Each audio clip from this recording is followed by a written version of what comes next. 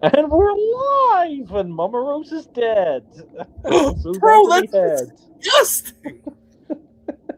Anthony's dead. I mean, Anthony Head. Hey guys, Anthony, Joe's son is not dead. Oh, but Anthony Head's dead. God welcome rest to his.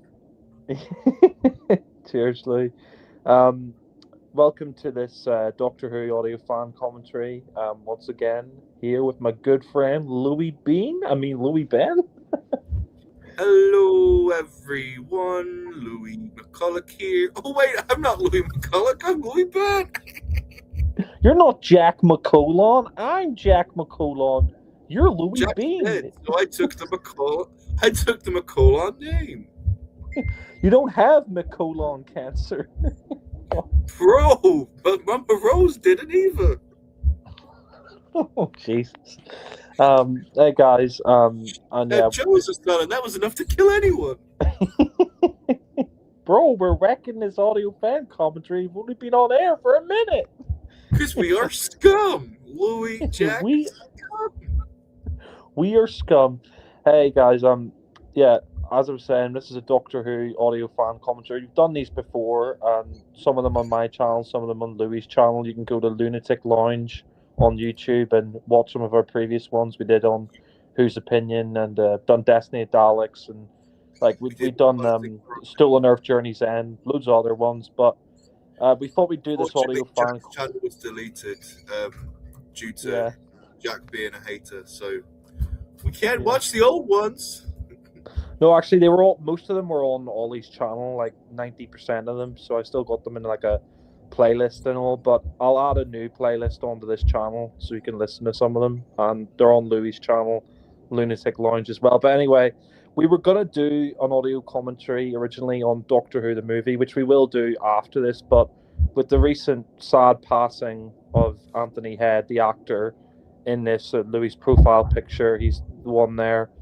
We decided to do a audio commentary on School Reunion, which is the third episode of Doctor Who Series 2, or I guess you could say Doctor Who Series 28, if you count it as a continuation, but of the classic series. But yeah, as ever, I'm here with Louis Ben, and yeah, Louis, like, what was your thoughts first of all on Anthony's head? Oh, sorry, Anthony's head. I mean, he had a lovely head, but Yeah, bro. I was joking that if he was gay, maybe he'd be good at head. But no, on a serious note. disgusting. This man's not even been cold for 24 hours, and you're making gay jokes. You are disgusting. I know, bro. I'm a homophobic piece of shit, Irish scumbag. But no, I mean, I was going to ask you in a minute about what you thought of Anthony Head as an actor, because the only other thing I saw him in, which I thought he was great, was I thought he was really great in Merlin as the king in that.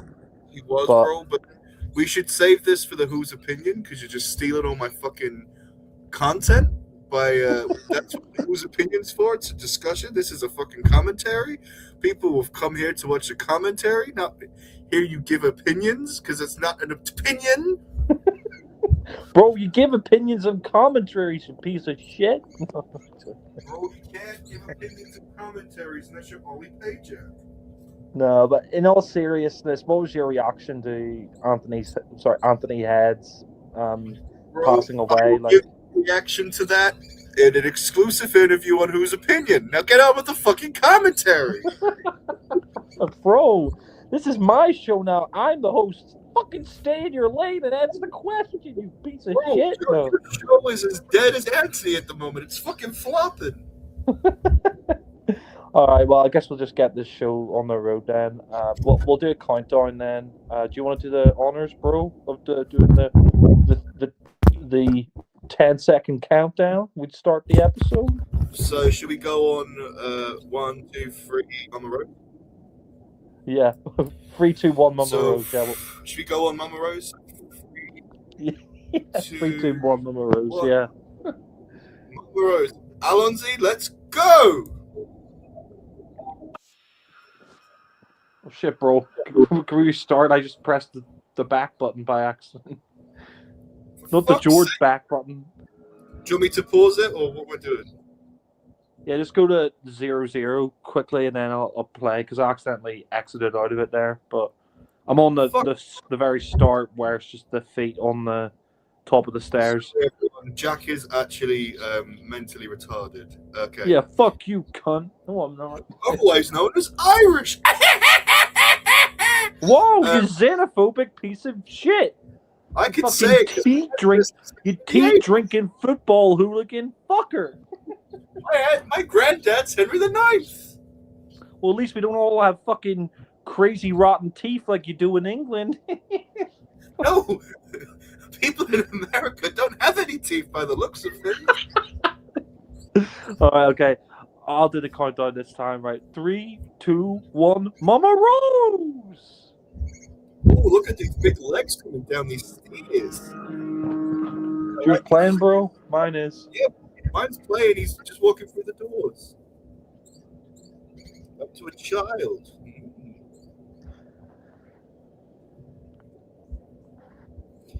I don't like the colours of this wall. It's all green.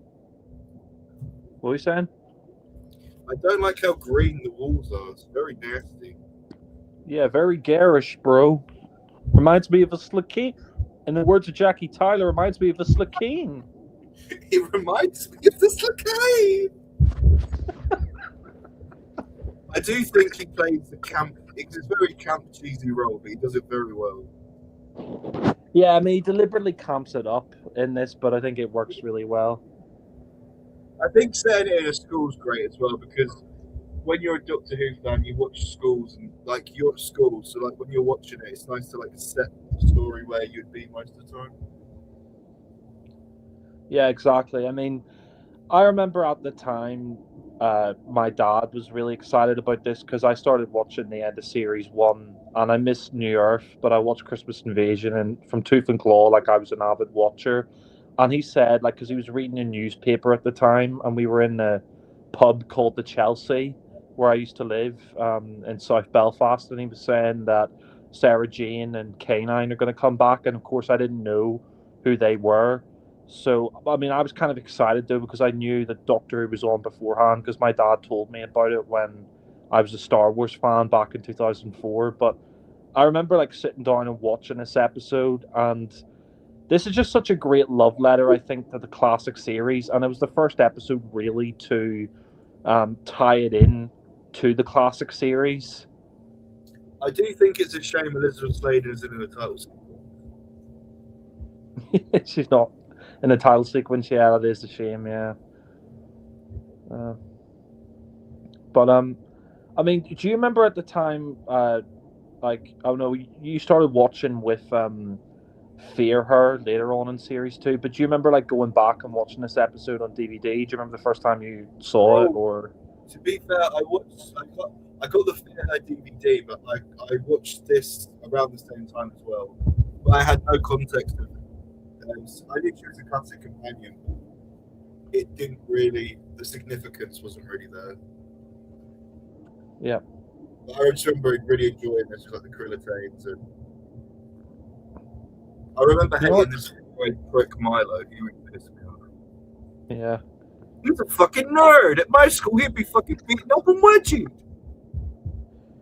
You know what's really great about this episode as well is this is, I mean, I could be wrong, but I think this is the first time in the whole show, not counting Big Finish audios or novels, where you see the Doctor going undercover as a teacher. And I remember watching this for the first time and finding it a bit weird seeing David Tennant with glasses, because I think this is the first episode I remember where he wears glasses. So yeah. It's funny as well because he goes on to play the teacher in Family of Blood, Human Nature as well. So this Doctor was just born to be a teacher, and then Peter Capaldi did it in the pilot.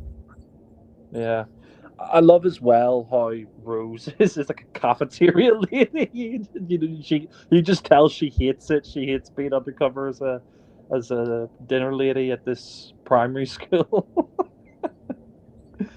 One thing I think is a bit unrealistic is if the Krillitanes run the school, why are they hiring actual people like Rose? Yeah, I don't know, bro. Who was the one who wrote this episode? I wasn't looking at the credits. Toby Whithouse. Toby Whithouse, yeah, he does a great job here. Yeah, it's his What- first script. I think he's done about 9 in total now. Yeah. One thing I do like about this episode is that it's not Cool Hill School. I think that would have been way too on the nose and way too like fan wanky if they did that. If it was the Moffat era, it definitely would have been. Sorry, can you repeat that? You broke up a bit. I said if this was in the Moffat era, it definitely would have been Cold Hill. Yeah. No, but you agree it's a good thing that it's not Cool Hill because it would have been too like fan wanky, too like niche, like too much like calling back to the classic series like for the sake of it, or do you think it would have been better if it was Cool Hill? Or They could have done it as a nod, but it doesn't really need it. It's already got a lot. It's quite a fan wanky episode as it is. It doesn't need the extra. yeah. Oh, and here's the rapist, Noel Clark. Oh God, he's been Me Too'd, bro. He's been cancelled. To be fair, this episode is just death. Elizabeth Sladen's dead. Anthony Head's dead. Noel Clark's career is dead. It's just death. You know what's so funny? He's been cancelled and literally just said on the screen there like a minute ago, access denied. Him and John Barrowman trying to get into the new series, bro. Yeah. This used to scare me as a kid, like the acid on the chip thing. Yeah, like the scream and all. Yeah, I remember it scared me a bit as a kid as well.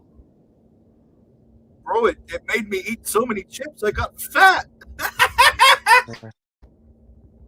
I can't believe as well when we're doing this commentary, it's been 20 years since this episode aired.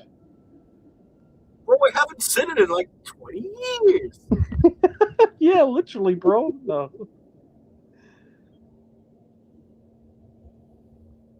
This guy's really cool, this teacher. Oh yeah, he's really creepy.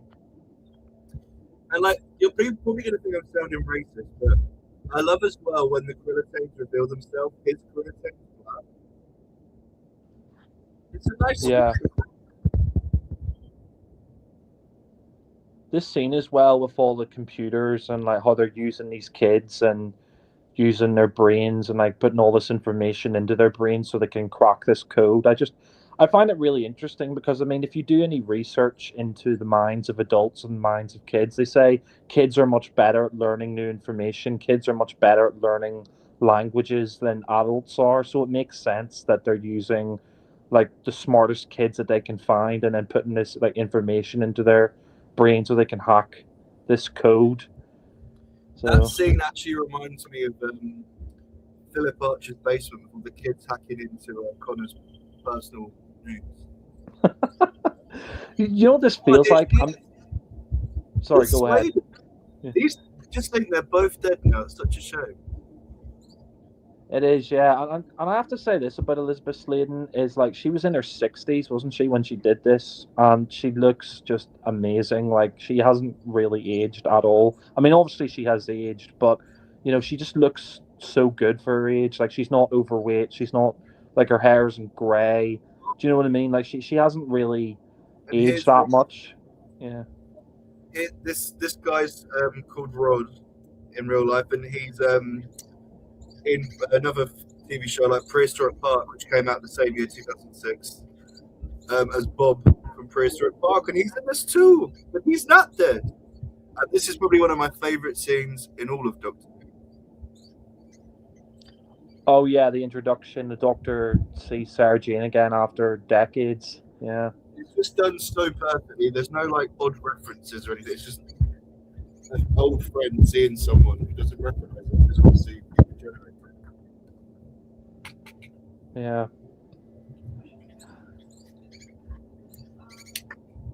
And I love the John Smith line.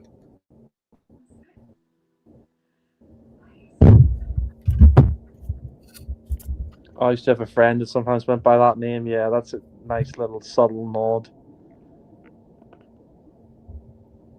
Someone pointed out as well, like, sorry, go ahead. I didn't say anything, bro. Oh, just because there's a bit of background noise, I thought you wanted to say something. No, I saw a documentary recently where someone was talking about School Reunion, and he said you could definitely tell watching that scene there's a fan meeting Sarah Jane, because obviously David Tennant started watching Doctor Who with Planet of the Spiders, John Pertwee's final story, and John Pertwee's final season introduced Sarah Jane, and he was a big fan of Tom Baker in his era, and he said like when she appeared on set, it reminded him years ago of being in his parents' apartment in Glasgow, watching Doctor Who in front of the telly, eating beans on toast. Like, yeah, well, it's kind of a nice memory. There's a big fat kid that no one likes. Bro, he reminds me of a certain sloth lover. I was gonna say he reminds me of George Beck, but I can see what you're coming from. Bro, the glasses and the weight, give it away. Oh, Black Crotain. That is creepy there. I mean, the CGI has obviously aged quite poorly, but it wasn't awful.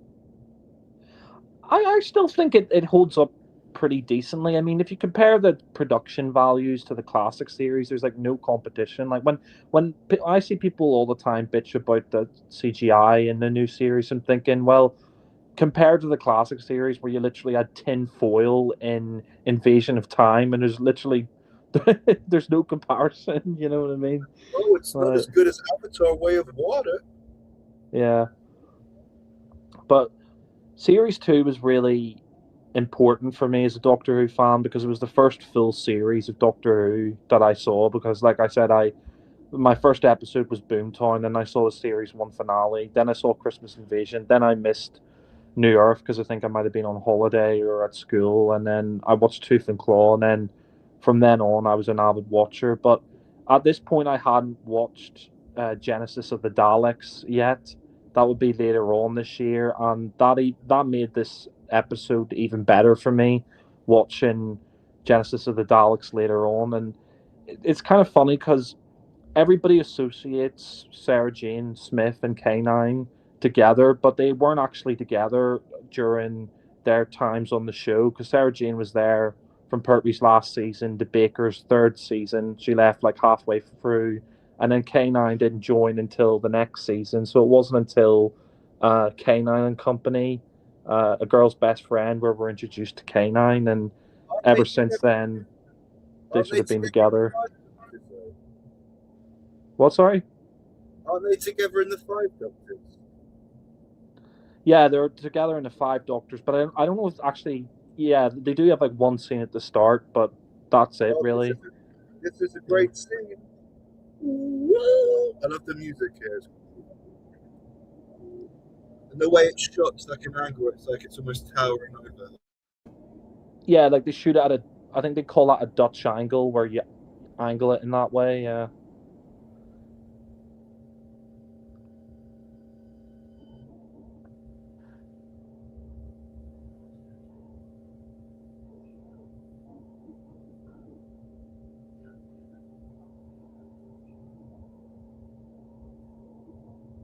Which is 6 times, which makes sense because of the War Doctor.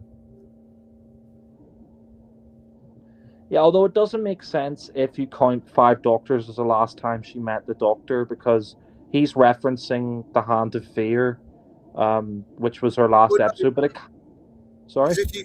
If you think 5, so 6, 7, 8, War Doctor 9, 10, it does make sense. No, it makes sense now, but obviously the War Doctor wasn't around back then, and half a dozen times since, the Hand of Fear, so that's 6, half a dozen times 6, so it makes sense, but it doesn't make sense when the Five Doctors was her last time. That's why they made the War Doctor, to fit that. Yeah. I like how jealous Rose gets, and that Sarah Jane's quite bitchy as well. Yeah.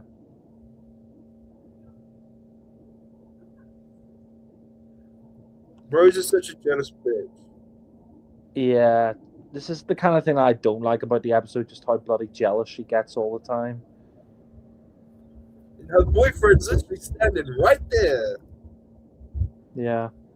Oh god, I remember like at school everybody had to dissect a rat in biology, and I was the only one who said no because I just thought it was disgusting. But We never got to do that. We dissected a cow's heart instead. Ugh.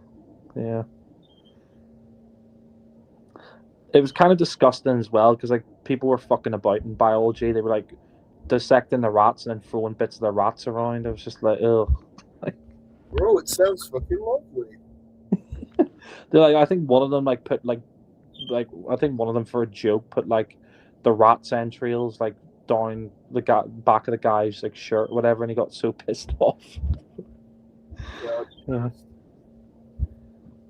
But I kind of like it though in some ways that they do sort of make Rose jealous because it kind of makes sense. Like, because Rose thinks that should be the center of the Doctor's universe, and that she's the most important person in his life.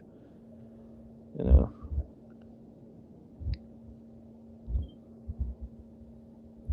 I think this is a cool idea that the teachers are like evil. It makes you doubt your teachers, bro. It does. Bro, it reminds me of school. I mean, although I didn't have any fucking bat creatures in my school, although you never know, they could have secretly been Krillitane. I remember that shot there where the Krillitane that just looks at the camera and screams. That used to like creep me out as a kid. Yeah. Do you ever think like, not like George Lucas where they get rid of the original versions, but do you ever think like at some point they should go back to some old episodes like they've done with the classic series Blu-rays and do new CGI effects? K9! Yeah, no, I'm sure at some point when they get to the collection sets of the new series, I do that. Yeah. Oh no, speaking of that scene there that you just referenced, like obviously the Doctor opens Mickey's car boot and he finds K9 in there. Yeah, it's such a great, because I just love the look on David Tennant's face. You can just tell throughout this whole episode that this, like, even though it's the Doctor and he's an actor and he's playing a role, you could tell just how much of a fanboy he is, like having his whole childhood here with Sarah Jane and K9 and all that. It's just great. Yeah. No, I agree. I like as well that shot with the creature's point of view. It's very primevally. I mean, originally this was actually meant to be set in a military base, but they changed it to a school to make it more like interesting for kids. Yeah, I mean that would have been interesting because you could have like reintroduced the whole unit thing and maybe had Brigadier in there. But I think like it was enough focus to have Sarah Jane and K9 in it. I think it works better though like this. I think it'd be too much if it was unit as well. Yeah, I like that shot as well of him on the balcony, even though you could tell he's in front of a green screen now. But I just like I always found this really creepy and fascinating as a kid. Like the headmaster still in his, clothes from school, standing on the ledge, looking down at the cafe, and then you got the Krillitane flying in front of the moon and then landing beside him. I just always thought that was a really interesting shot. It is creepy. I like this scene between them as well. Yeah, it's really nice, and and if you go back to the classic series, it makes it even more. I mean, it works well on its own anyway, without the reference point of the classic series, like Jon Pertwee's final season and the 2.5 seasons she did with Tom Baker. But it does make it more poignant if you watch The Hand of Fear and then watch this episode, because Hand of Fear originally, like, the ending was a lot worse, and even Philip Hinchcliffe, the producer, said the ending was terrible, and they got Tom Baker and Elizabeth Sladen to rewrite the ending themselves, and it's kind of bittersweet when she says goodbye in that, and then I like how they address it, like, oh, you didn't leave me in Croydon, you left me in Aberdeen, which is quite funny. Yeah.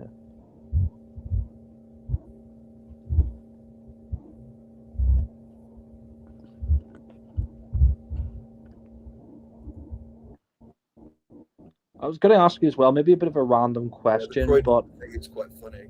It annoyed me. Sorry, go ahead. Sorry, there was a delay there. Go ahead. Yeah. No, go on. No, I was just going to say a bit of a random question, but what do you think of like her new outfit, the sort of leather jacket and stuff? I think it kind of works, Yeah, I like it. It's a nice like callback to Eccleston as well, I guess. Yeah, kind of. Yeah. I mean, it would have been really interesting to see if Eccleston's Doctor, as originally planned, with Sarah Jane. I think that would have really worked. Because Eccleston's a great actor, and even though he wasn't a huge fan of the show, he wasn't really a fan of the show when he was younger. He preferred Star Trek and things like that, and going out and playing football. I think it would have worked just as well because Eccleston's such a good actor, and that's the one tragedy I think of the new series is that we didn't get Eccleston for more than one series. I would have absolutely loved it if we at least had 3 or 4 series with him, but series one's so great anyway that I'm kind of glad he only did one season in that sense. But yeah, I see what you mean. I think it would have been interesting to see how she would have reacted to Eccleston as the Doctor.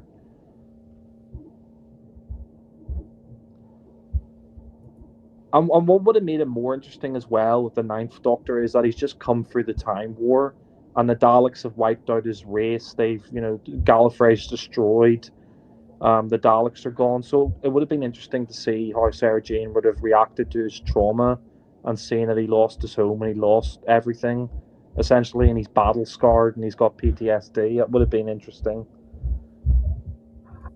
No, I agree. I like this bit with the Tin Dog when he realizes that he's kind of just a side piece. Yeah.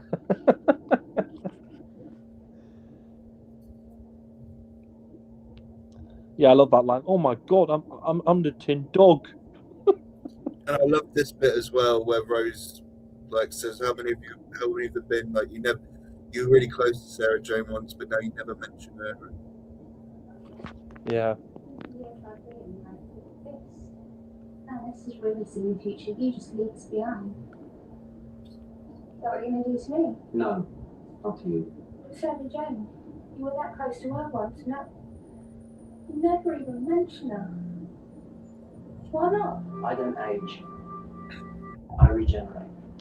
I think actually this story kind of works better now that it's the 10th Doctor for new audiences because it kind of harkens to the point of he can just change his face all the time. They can't. Do you see what I'm saying? If it was his Eccleston again, it wouldn't have really, because you'd have been like, well, yeah, he can change his face, but we hadn't have seen it. I know you can watch the classic series, but because we've already gone through regeneration, I think it makes sense to do a story like this. You're right, actually. Yeah, it does make it better because if you watch series 1 not knowing that he was a Time Lord and that he could regenerate, then it would have made a lot less sense because you'd be thinking hold on, wait, he's in his 30s, she's in her 60s. How could she know him from so many years ago? I mean, obviously he's a time traveler, so that could be the explanation. But yeah, no, it makes more sense. And yeah, no, that speech, honestly, rewatching that there, it just makes me so sad in a lot of ways that the new series nowadays, there's nowhere near dialogue as good as that anymore. And it's one of the shames, big shames of the new series from Moffat onwards, apart from a few exceptions some of the Capaldi stories and some of the Smith stories and stuff. But I just feel with series 1 to series 4 in particular, the dialogue and the writing was so strong, and it wasn't just this campy, ridiculous TV show. Yeah, there was silly moments and there was humor and silly monsters and things like that, but there was also this deadly seriousness. We've gotten to the pool scene here right now between Anthony Head and David Tennant, and you know what? This actually might be my favorite scene of the whole episode. I just think it's such great dialogue between them. Yeah, this is actually my favorite.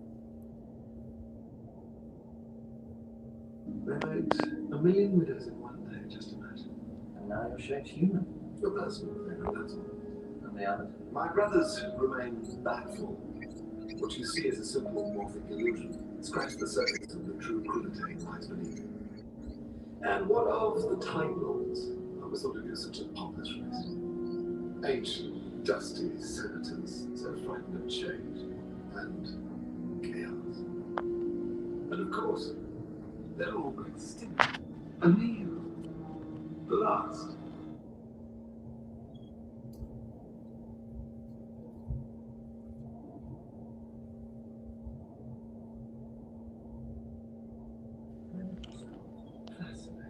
It is such a great scene, and just great acting in general between the two of them. And yeah, I love the fact that his character, Anthony Head's character, the headmaster, he's just not afraid of the Doctor at all. I mean, he may be a Time Lord and the last of the Time Lords, but he basically says, "I hate the Time Lords. They're a bunch of pompous, stuck-up senators afraid of change." And yeah, I just love the fact that the Doctor warns him without raising his voice, but the headmaster, the head of the Krillitean as well, just basically says, "Yeah, I don't care. If you get in my way, I'm gonna kill you anyway." So I love the line that he says, "I'm so old now. I yeah, used to have so much mercy. One chance, so you get it." yeah, that's great. I mean, interesting thing about K9 was like before they did Sarah Jane Adventures, decades before they did Sarah Jane Adventures, they were going to do K9 and Company in 1981. Because even though John Nathan Turner hated the character of K9, he knew how popular it was with the audience. And what's really surprising is that K9 and Company, did so much better in the viewing figures than Tom Baker's last season, and I think even Peter Davison's first season as the Doctor.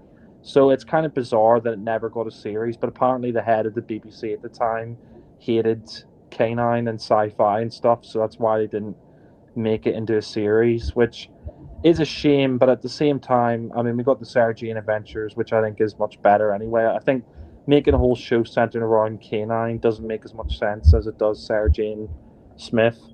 But I love this scene where they're battering off. yeah, Because I remember as a kid being like, not watching the classic series, hearing stuff like the Loch Ness Monster and like mummies and stuff like that. I was like, oh, that's cool. I want to see those episodes now. yeah. I have to say, just looking at her there now, I mean, she may be in her 60s and all, but I still think Elizabeth Sladen was a beautiful woman back then. Oh, definitely. You wouldn't think she was 60 at all. You'd think she's like 40. You wouldn't even say she was 50. Yeah, no, you're right. I mean, she just looks so stunningly gorgeous. I mean, Billie Piper, I mean, she's gorgeous as well. But I mean, yeah, you wouldn't notice that she was in her, 60s when she did this. She looks like she's in like her maybe her early 50s or her mid 40s or something. It's just incredible. I mean, yeah, it's such a shame because I remember when she passed away. I was up on holiday in Donegal, and I remember I was about to watch Doctor Who that night, and my brother came in and told me Elizabeth Sladen had passed away, and I thought he was taking a piss. I thought he was joking, and then I saw at the start of the episode the tribute to her, and yeah, it was a shock. I mean, it's been 15 years now, but I mean, she should still be with us. You know what I mean? She was only 61, was she 62 when she passed? Yeah, it's tragic. Yeah.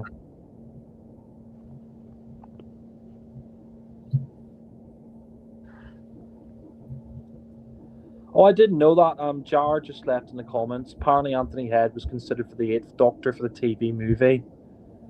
Did you not know that, bro? No, I didn't, bro. You're a pretty shit fan then.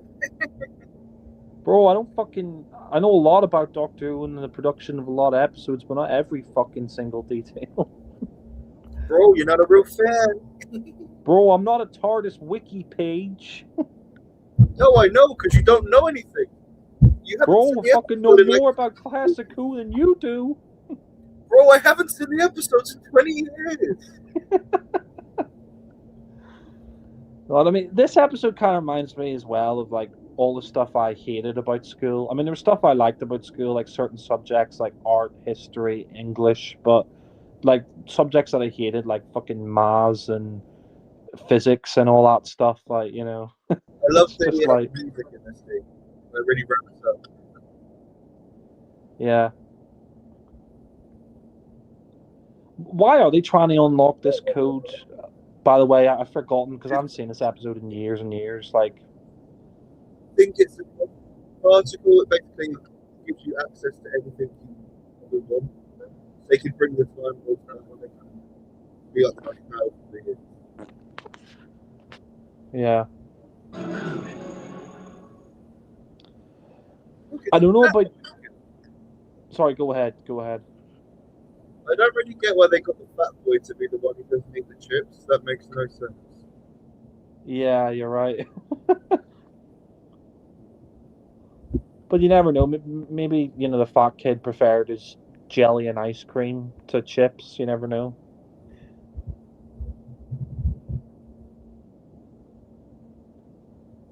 Or it could have been in. I want this God particle thing back because surely the Daleks would want that. Yeah, no, you're right. Actually, yeah, the Cybermen and the Daleks would definitely want this article thing. I hope he wasn't sexually touching K9's buttons. Though. I love this moment coming up where he says, "How do we get in? We are in a car. But how do we get in? We are in a car." And he's like, "We're in a car," and then he smashes. We are in a car.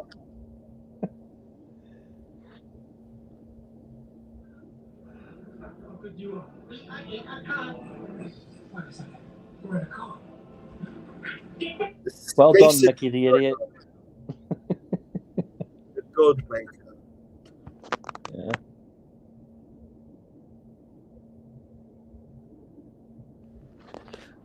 I don't know about you as well, but for me, Series 2 is my favourite look for the 10th Doctor. I just think his hair looks better that way than spiked up and gelled up all the time. And I just prefer him wearing his coat more. And I prefer that sort of darker pinstripe to the blue one he wears in Series 3. And, for a bit of Series 4. Even though I did like that blue one he wears in Series 3 and 4, I always preferred his look in Series 2. The more wavy hair and Yeah, I big prefer the brown way. coat.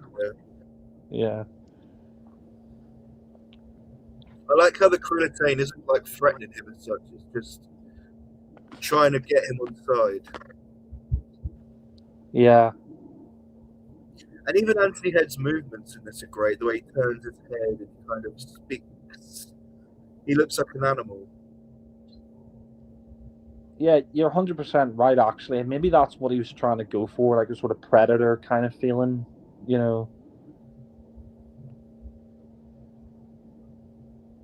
Yeah, become a god at my side. Yeah, I like that. Like, I always like it when Doctor Who villains, they don't raise their voice all the time. They're kind of like, Doctor, join me. You're smart. We could, rule together. Yeah, and I love that the Time Lord's reborn. He's tempting him so much, And then they're tempting Sarah Jane with being young and getting to live with him forever. And Yeah. it's almost this scene is a little bit like a callback to Genesis, where it's like, do I have the right? And he's contemplating joining, and then Sarah kind of reminds him, you've got to keep going. I never thought of that before, but now that you mention it, I think you're 100% right. Yeah, you're right, actually, yeah. I love that line. Everything ends. Yeah. Everything has its time and everything ends. And then he Just throws like- Just like Joe's teeth. Everything has its time. Everything ends. Just Mickey like Smith is now an action hero, bro. I hope he stays away from that young boy. I don't know about you, but I think this episode is the start of Mickey Smith becoming a badass that he later becomes at the end of Series 2. Oh, totally. Like, this is him kind of finding himself. Yeah. And he kind of gets the confidence from Sarah Jane to be like, I am important. Yeah. I know a lot of people mean it, like Anthony Head screaming, but I think it's really creepy. I think it is, yeah. And like when And the way I they think jump Series 2... Sorry, no, you go ahead. Sorry about I that. said the way the Krillitane's like jumping around, and they can fly as well. It's really creepy. No, I agree, yeah. I think they should bring the Krillitane back. I'm surprised they haven't. They're great. I know they won. Anthony Head actually won villain most wanted to come back and Doctor Who in 2013. Radio Times to the poll, and the Krillitanes of Anthony Head won. That's really interesting. No, this scene is so great. And the scene coming up with K9, yeah, where he just shoots him with his laser. I remember at the time thinking K9 was like the coolest thing I'd ever seen. I don't know about you, but Yeah, I remember having the remote control canine, like the life-size one. oh yeah, I think I actually had that as well, like the smaller one though. But yeah, And then like you could like you could take a box a side panel off, and you see like inside is working. I yeah, love I that think I line. actually still have that at home. Yeah, I love the line. Forget the shooting dogs thing. yeah, and I like how they like K9 isn't immaculate in this one. You could tell that he's been through a beating and that he's scuffed and rusty and he hasn't worked in years. I really like that. I think that works so well.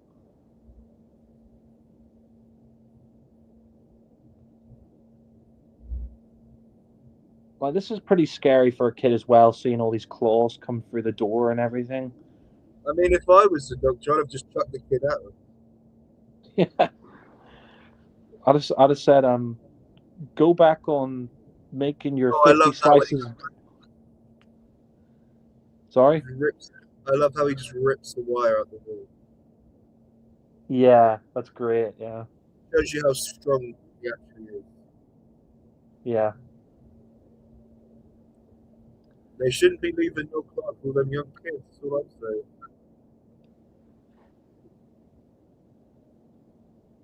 This is a good scene as well, like where Mickey sees like how like hypnotized they are basically, and then immersed that he's even waving their hand in front of them and they can't even notice anything.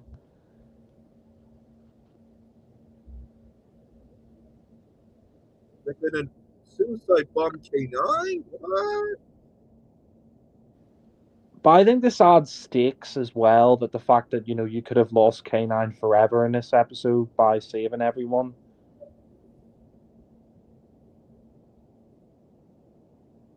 Could have been sad, bro. Yeah, bro, just unplug it. I love how you just unplug it and then that fixes it. Sometimes the most easiest solutions are the first ones you think. Yeah, I love I this love episode seeing. because Mickey takes charge. That's what I love about this. I love that shot of them flying down and you see the shadows changing. Oh yeah, you're absolutely right. They did a really good job of casting the actors, and it's not just Anthony Head, but like his main sidekick in this, and yeah, I do think as well the kids do a really good job in this. They're not like shit actors. yeah, you're right because it's very difficult to get good child actors, and yeah, you're right, they do a very good job. They don't overdo it. That's really sad. The K9 goodbye scene.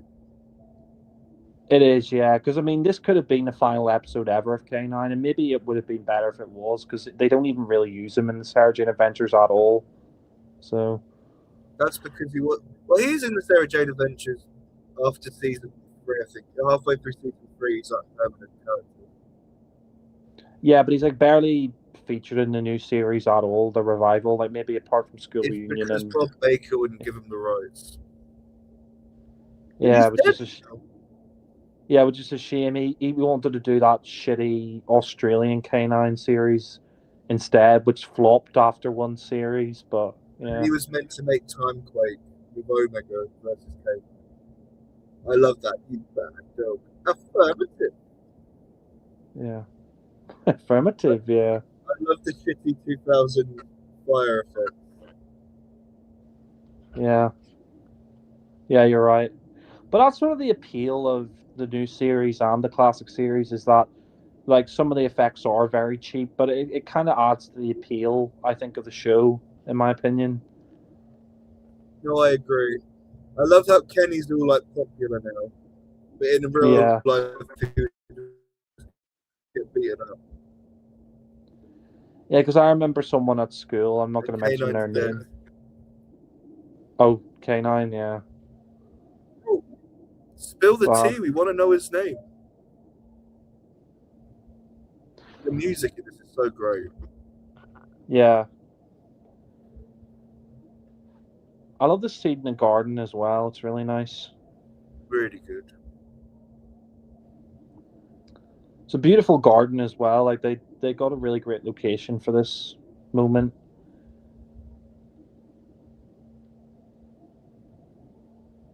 And her going back to the TARDIS, oh, that's just so great. I like the fact that she does a. You were decorated, but it's not the. I don't like it. Yeah.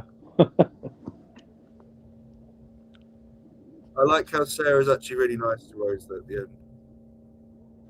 Yeah, that is nice. And I like how she asked the Doctor to be like, come back, let Sarah join us. Bro, she should have fucking said yes. She could have fucked the Cybermen. She should have, but I suppose like at this point it makes sense. She's moved on with her life. She's a journalist again. You know, but I mean, I suppose, you know, she could have gone because she doesn't like. It's not like she's married and she has kids to look after. It's just her on her own.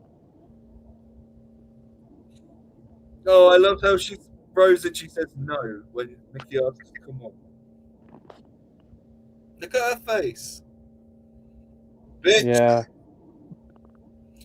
The thing I don't like about Rose is she's so spoiled. She's like a spoiled bitch.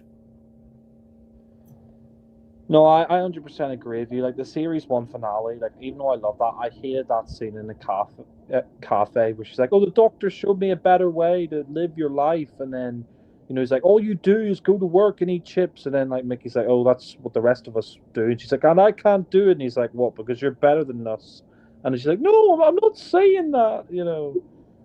Yeah. I love that as well. And Sarah's like, "Find me one day." Like basically, when he dumps you, come to me.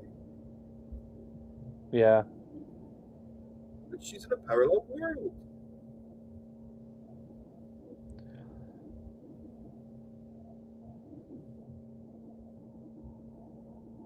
The only thing I don't like about this episode is like where the Doctor says, "Oh, did you find anyone?" She's like, "Oh, well, there was this one guy, but no one who came after really matched him." And I mean, I know they're trying to keep it platonic, but there's kind of like a slight sexual suggestion that she might have fancied him, and I just don't like that, if I'm being honest. But yeah, like he was a tough act to follow, but it's still a great scene between them.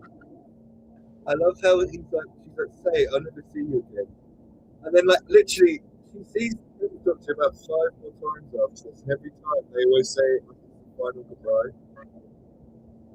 Yeah. Yeah, they always did that. Like any episode with Sarah Jane and the 10th Doctor or the 11th Doctor, they always said at the end of the episode, "Oh, this could be it, this could be it." And then it was it, sadly, with Death to the Doctor. But yeah.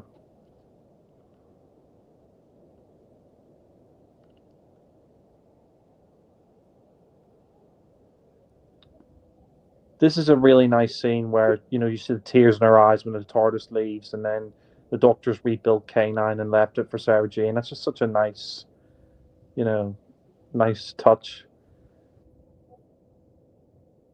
And bro, K9 and Company was born. I loved the Next Time trailers, how they did it in the old days.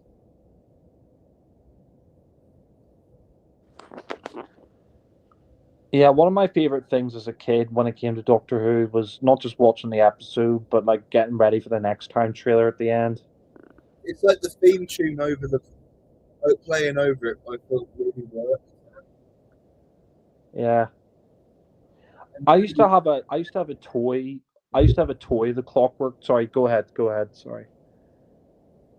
That's what I was saying. The Jodie era did that as well, where they put the theme tune, the end credit theme tune over the trailer. I think. Yeah. Well, that was great, bro. I enjoyed it. That was good. No, speaking of the Clockwork robots, I remember years ago I had this friend. Unfortunately, he lived in a foster home, didn't have any parents or whatever, but he was a massive What are Doctor you Who going to fan. say? Unfortunately, he's dead now. No. But he was a massive Doctor Who fan like me. His name is Alexandro. I think like he had Italian grandparents or parents or whatever, but he lived in a foster home. But like I met him like through school or whatever, and um like he was a big Doctor Who fan, and I used to have the Clockwork Robot, and he really like wanted it, and he had the laser screwdriver at the time back in 2007, and I really wanted a laser screwdriver, so we agreed to borrow.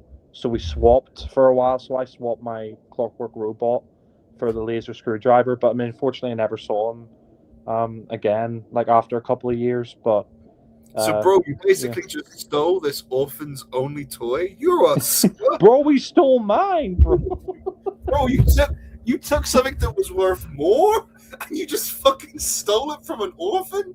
You are just disgusting. No, bro, I think the Clockwork Robot was worth more. Anyway, Bro, the Clockwork Robots were like $9.99. The screwdriver was $29.99. yeah. All right, for any of those who haven't been listening yet, we just finished the episode, so I think we're going to end the live stream now, and then we'll do the Who's Opinion. Head over to the Lunatic Lounge. Woohoo! Yep, head over to Louis' channel, Louis Ben's channel, Lunatic Lounge, right now, and we'll be doing the live stream talking about this episode in detail. So, if anyone wants to join, you can request it, but you're not gonna come in.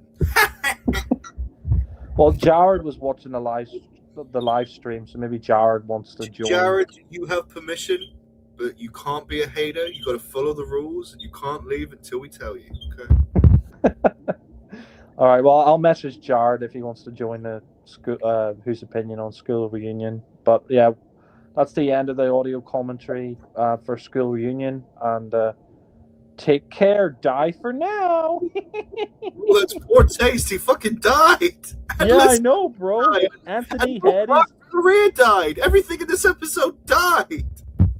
Everything. Instead of everybody lives, everybody dies, Rose. I'm funny. Yeah, bro, we're both hilarious. We should be stand-up comedians now. Like Louis said earlier as a joke, Anthony Head is dead, bro. And take care, die for now. Scum.